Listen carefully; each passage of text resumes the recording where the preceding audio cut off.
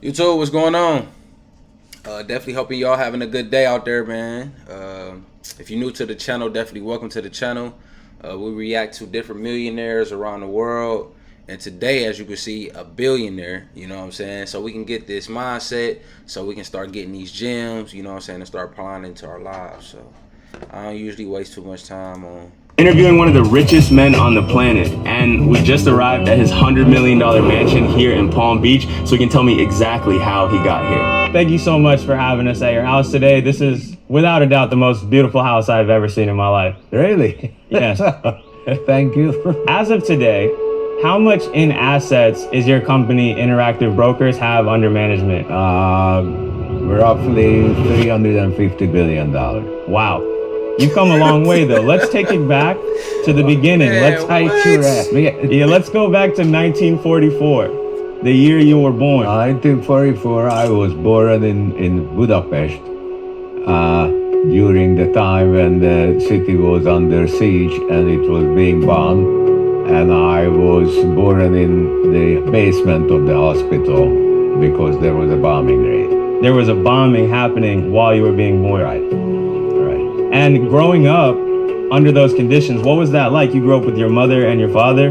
I just grew up with my mother. And you guys didn't have much money back then? We had no money back then. Barely had any food. Is it true that you made your first money in high school from selling juicy fruit gum to classmates? You're amazing. Yes, that is true. Yes. I was 12 years old at the time. It was at the time of the Hungarian Revolution. The Hungarian people were basically fenced in so that they couldn't go out. And I had an older friend who was about 18 years old in the building who went out to Vienna with a Red Cross truck and came back with juicy food gums. And he sold them to me for $2 a stick, and I cut them into 5 pieces and sold them for $1 a stick. That's amazing. How much money do you remember making from that? A couple of hundred. Wow. Yeah. Well, actually, I brought you a gift. I searched for a few days, and I found the original packaging from 1970. Fantastic. Juicy fruit gum. This is actually the thing. Yeah, it's amazing.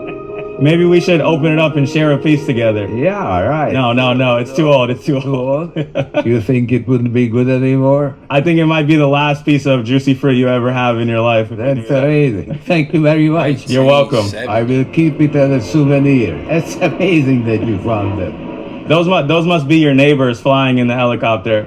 Yeah, well, Trump doesn't like it when it flies over here. Yeah. No, he just lives down there. 3 houses down that way. Yeah, just around the corner from Trump. All right. Not bad. Yeah.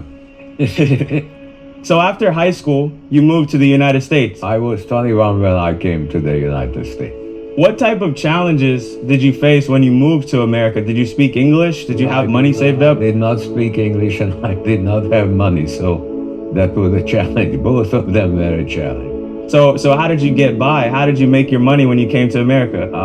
I got a job as a draftsman. So I was studying surveying back in Hungary. I understood maps, and I was hired by a highway designing firm to draw maps, basically highways. So how did you turn that into learning computer programming? How did you learn about programming in New York? They didn't teach that in Hungary. They didn't teach it anywhere at that time yet. The company where I just got this job bought a little computer. In those days, there were no commercially available computers in the United States. So they bought this computer and they realized that nobody knew how to program it, and I volunteered to learn how to do it, and I did. How did you learn? Manuals. I just took the manual and started writing the program. And that skill ended up being the one that changed your life forever and got you to this point today.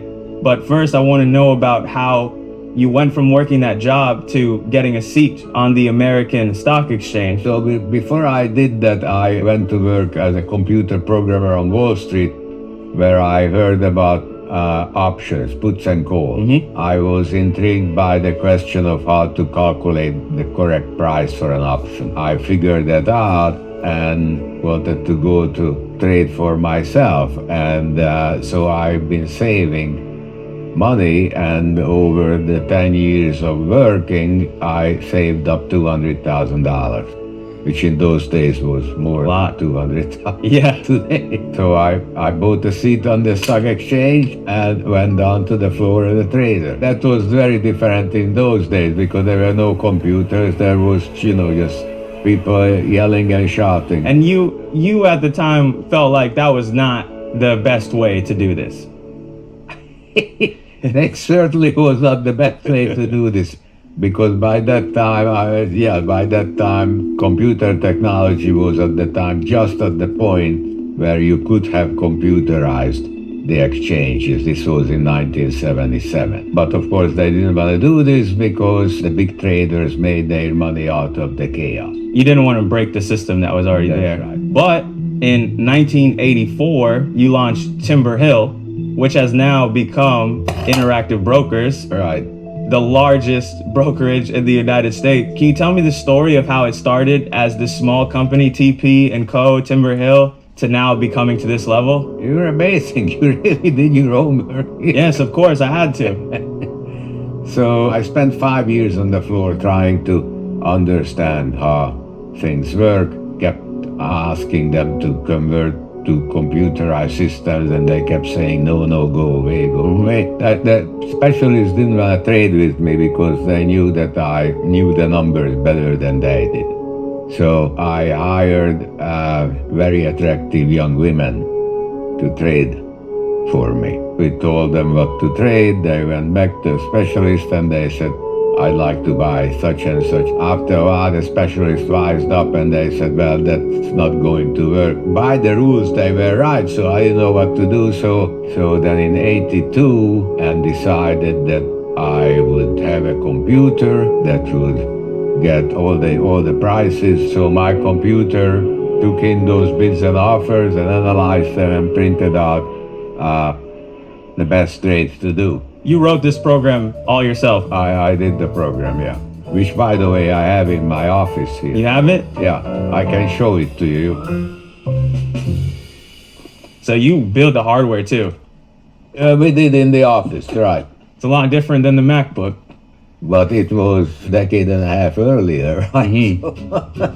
So it was touch sensitive and you could communicate with the computer by where you touched it. So how do you go from creating something like this, getting your company off the ground, to taking it to now billions of dollars? Well, this was 40 years ago when we went down with that.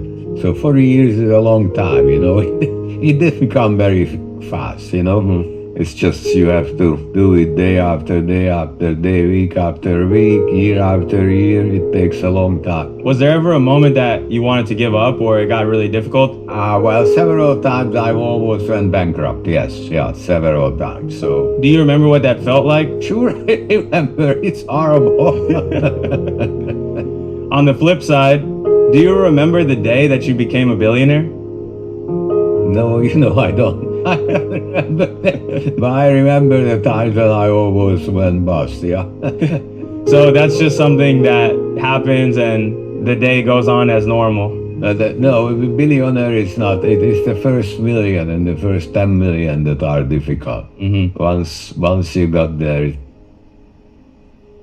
goes faster and faster. Your story is incredible. I think it's the most incredible of any business person I've ever met in my life. I want to switch it around and I want to ask for some advice because all my viewers are young entrepreneurs or aspiring investors. The first thing I want to talk about is that you've seen many ups and downs in the market. You've seen some of the worst crashes in history. Do you think we're headed for another market crash? Well, there'll be crashes. And there'll be a final crash from which there is no return. I believe that because there is social dissonance and we don't have a solid financial basis anymore, given all the debt, and we can just keep adding to the debt. So I think eventually it will collapse. And when it comes back, it will take some years to come back.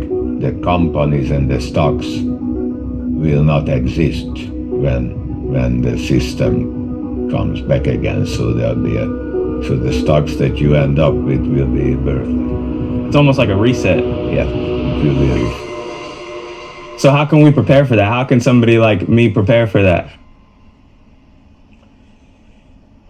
But my mother told me always, the only thing they can never take away from you is what you have learned. What do you think is the most important lesson you've learned? If you were sitting with Thomas at 18 years old and he was looking you in the face, what is one word of advice you would preach to him? Be ambitious. Try to succeed at all cost.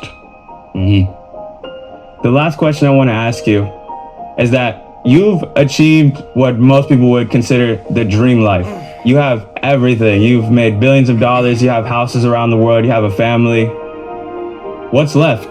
Is there anything that you feel like is missing in your life? No, sure, I still want to succeed better than I am so far. I'd like Interactive Brokers to become bigger and more successful, yeah. And I think that's the reason why you're here today, is because you care about building the best product, the best team, and helping your investors. So That's correct. I really appreciate this interview. It means a lot to me. Please subscribe to Jordan's channel. It's terrific. Hey, that was kind of crazy for real. I ain't gonna lie, man. Definitely make sure y'all go tap in. Definitely go follow Jordan's YouTube channel. Man, y'all gotta let me know, man. What was y'all take away from this video? I mean, the man had a hustle since 12. Like, his whole mindset was, different just even at a young age. So he was already on that mentality. And to see that, what I'm saying, to be a billionaire in today's world is, what I'm saying, it's kind of wild, man. But let me know what y'all take away from the video was, man. If you liked the video, definitely make sure you like, comment, subscribe. I already told y'all, make sure y'all definitely go tap into Jordan's channel. But other than that, man, I'm gonna catch y'all in the next one.